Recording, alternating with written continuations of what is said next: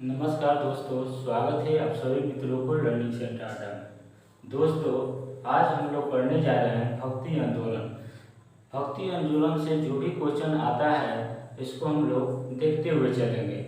पहले भक्ति आंदोलन की शुरुआत कहाँ हुआ और किस काल में हुआ। तो पहले हम लोग भक्ति आंदोलन की 13 से 16वीं शताब्दी को माना जाता है भक्ति आंदोलन। ठीक, अब भक्ति आंदोलन को देखेंगे कि भारत के विभिन्न क्षेत्रों में उस समय शासकीय शासन चल रहा था।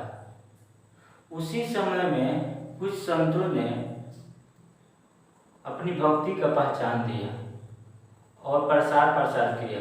इसी को भक्ति आंदोलन कहते हैं। धर्म किसको बोलते हैं? धर्म को धारण करने के योग को ही क्या बोलते हैं? धर्म बोलते हैं। जैसे कोई हिंदू धर्म माना, कोई मुस्लिम धर्म माना। अगर हिंदू धर्म माना और इस मार्ग पर चले तो उसको भक्ति के नाम से जाना। अब मुस्लिम जो थे वो भक्ति के मार्ग से पकड़े तो उनको सूफी बोला जाता है, सूफी।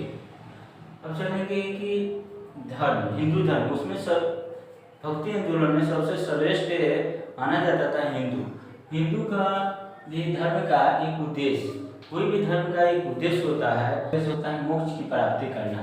क्या होता है? मोक्ष की प्राप्ति करना। जैसे बौद्ध धर्म में जो होता है उद्देश्य होता है निवारण, उसी तरह हिंदू धर्म का उद्देश्य होता है मोक्ष की प्राप्ति। मोक्ष की प्राप्ति। और मोक्ष की प्राप्ति कैसे होती है? तो इनको 3 सीढ़ी द्वारा हम लोग मोक्ष की प्राप्ति कर सकते हैं। पहला क्या है? कर्म। अच्छा, अगर कर्म करते हैं तो मोक्ष की आपको प्राप्ति होती है। दूसरा, ज्ञान। अगर अच्छी ज्ञान की प्राप्ति करते हैं तो इससे भी मोक्ष की प्राप्ति होती है। तीसरा लेके चलेंगे हम लोग भक्ति, यानी भक्ति से भी हम लोग क्या करेंगे? मोक्ष की प्राप्ति करते हैं। तीनों से हम लोग एक तरह से हिंदू धर्म जो है ये मोक्ष की प्राप्ति 3 चरणों से कर सकता है। ठीक, अब चलते हैं। अब चलेंगे कि प्राचीन काल में भक्ति का चर्चा कहाँ से मिलता है। फर्स्ट अभी कहीं से अवधारणा तो मिला होगा। तो भक्ति आंदोलन का भक्ति का चर्चा पहले फर्स्ट पर्सन उपनिषद से मिलता है। कहाँ से, किससे मिलता है? उपनिषद से मिलता है। अब जानेंगे कि यह दक्षिण भारत में कहाँ से मिला? भारत के दक्षिणी छोरों से, यानी भक्ति आंदोलन की शुरुआत की गई थी। अब किनके द्वारा किया गया था? शंकराचार्य के द्वारा 8वीं शताब्दी ईस्वी में, 8वीं शताब्दी के ईस्वी में हुआ था, वो भी पूर्व मध्यकाल में। अब ये कौन किए थे? तो 2 अलवार संत और नैनार संत, यानी अलवार संत और नैनार संतों द्वारा क्या किया गया था? इसकी शुरुआत दक्षिण भारत में किया गया था। दक्षिण भारत में किया गया था। अब अलवार संत जो थे किसके उपासक थे? यानी विष्णु के, यानी विष्णु की पूजा करते थे, भक्ति करते थे। और नैनार संतों जो थे वो शिव की पूजा, यानी शैव की पूजा करते थे। अब ये भी क्वेश्चन पूछता है कि बार क्वेश्चन पूछता है कि अलवार संत जो है किनकी भक्ति करते थे। तो हम लोग अलवार अभी बताएं कि विष्णु की, इसकी विष्णु की पूजा करते थे। और नैनार संतों जो थे इसके शैव की पूजा करते थे, शिव ब्रह्म को मानते थे। क्लियर? अब जानेंगे कि ये भी क्वेश्चन पूछता है कि अलवार संतों की संख्या कितनी थी और नैनार संतों की संख्या कितनी थी। तो नैनार संतों की संख्या 63 यानी 63 थी और अलवार संतों की संख्या कितनी थी? 12 यानी 12 थी। अब चलते हैं पूर्व मध्यकाल में। वो तो प्राचीन में हम लोग पढ़े कि प्राचीन में इसका चर्चा कहाँ से मिलता है? उपनिषद से मिलता है। क्लियर? अब इनके द्वारा हुआ तो दो भाग, एक अलवार संत थे और एक नैनार संत थे, जो दक्षिण भारत में पहला इनका शुरुआत किए थे। ठीक, वो भी 8वीं शताब्दी में। अब चलते हैं कि ये भी जान गए कि अलवार संतों की संख्या कितनी थी? तो 12 और नैनार को कितनी थी? 63। अलवार जो थे विष्णु के उपासक थे, यानी विष्णु धर्म मानते थे, वैष्णव धर्म मानते थे। और नैनार संत जो थे शैव धर्म मानते थे। ठीक। अब चलेंगे द्वैतवाद, यानी द्वैतवाद यानी शंकराचार्य ने एक द्वैतवाद का प्रतिपादक माना जाता है। शंकराचार्य को द्वैतवाद का प्रतिपादक माना जाता है। और एक और है स्मृति संप्रदाय। स्मृति संप्रदाय का भी संस्थापक किनको माना जाता है? शंकराचार्य को।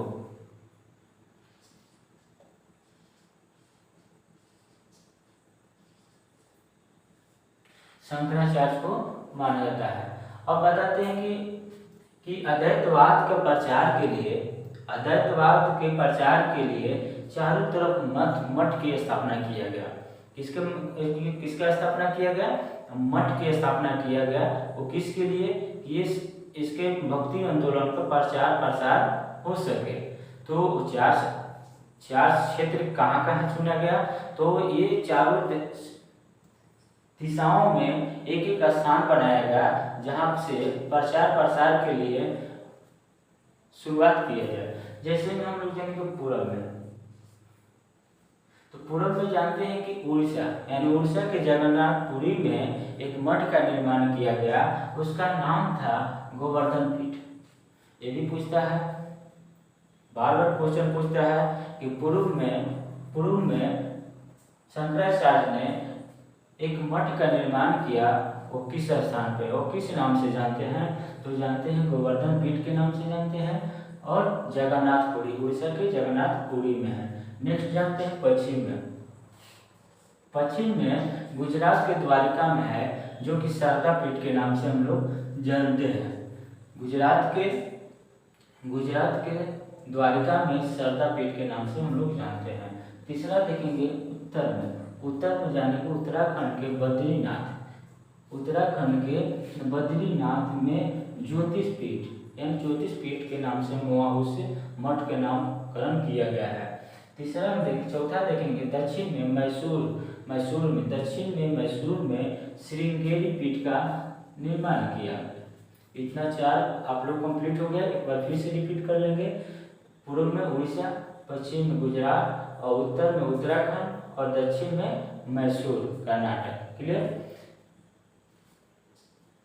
अब जानेंगे कि इसी काल में कई और मत आए। इसी काल में जो यानी बहुत सारे भक्ति में ये क्या किए कि कुछ और मत आए, उनका नामकरण हम लोग करेंगे रामानुजाचार्य। रामानुजाचार्य को द्वैतवाद का सिद्धांत, रामानुजाचार्य को विशिष्ट द्वैतवाद मत का प्रतिपादक माना जाता है। इन्होंने श्री संप्रदाय, कौन सा संप्रदाय? श्री संप्रदाय की स्थापना की। कौन? रामानुजाचार्य ने। दूसरा देखेंगे माधवाचार्य। माधवाचार्य ने द्वैतवाद मत का प्रतिपादन किया। ठीक। अब इन्होंने पुष्टि संप्रदाय के, कौन संप्रदाय? पुष्टि संप्रदाय की भी स्थापना माधवाचार्य ने किया। तीसरा देखेंगे निम्बकाचार्य। निम्बकाचार्य जो है द्वैतवाद मत का प्रतिपादन किए। द्वैतवाद मत का प्रतिपादन किए और सनक संप्रदाय की भी स्थापना इन्होंने किया। अब लास्ट देखेंगे वल्लभाचार्य। वल्लभाचार्य जो थे शुद्ध द्वैतवाद का प्रतिपादन किए थे, शुद्ध द्वैतवाद का प्रतिपादन किए थे। अब चलेंगे भक्ति धारा का विभाजन। भक्ति धारा का विभाजन। अब विभाजन को दो भागों में पहले बांटा गया है। एक क्या है? निर्गुण, एक सगुण। निर्गुण का मतलब किसी भक्ति गाकर हम उसको संतुष्टि पा सकते हैं, उसको हम निर्गुण के नाम से जानेंगे। और जिसे हम लोग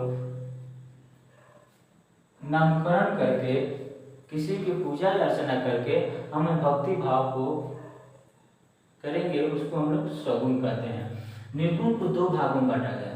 निर्गुण को भी दो भागों में बांटा गया। संत भक्ति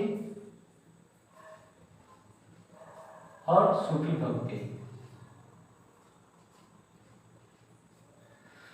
संत भक्ति में आ जाएगा कबीर, और सूफी भक्ति में मंसूर अलाल, जो कि मुस्लिम जाति से बिलोंग करते हैं, वो सूफी भक्ति में आ जाएंगे। अब आते हैं सगुण में दो भागों में बांटा गया है, दो भागों में डिवाइड किया गया है। जो राम प्रेमी है उसको राम भक्ति के नाम से जानेंगे,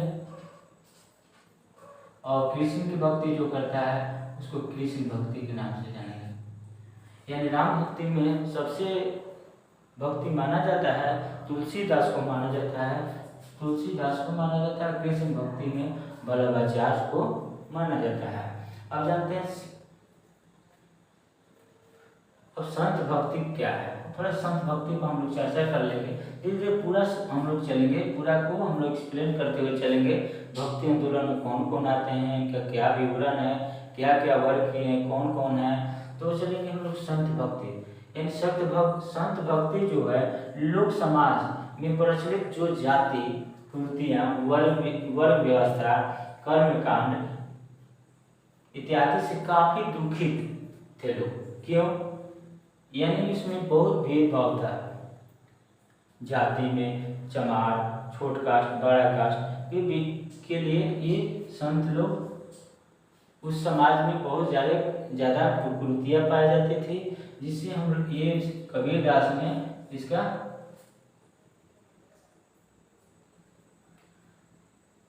नेक्स्ट जानेंगे। संत भक्ति में सबसे प्रमुख कबीर हुए। संत भक्ति में सबसे प्रमुख जो हुए कौन हुए? कबीर हुए। इनके गुरु जो हैं रामदास, यानी कबीर के गुरु रामदास हुए। कबीर जी का वाणी का संकलन किसमें मिलता है हम लोग का? बीजक में। बीजक में कबीर जी का वाणी का संकलन मिलता है। कबीर जी का 1440 से 1510 ईस्वी तक सिकंदर के समकालीन थे।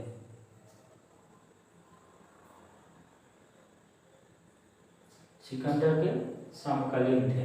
अब आते हैं कबीर की प्रमुख रचनाएं कौन कौन सी हैं? सखी, सवद, रामायणी, दोहा इत्यादि।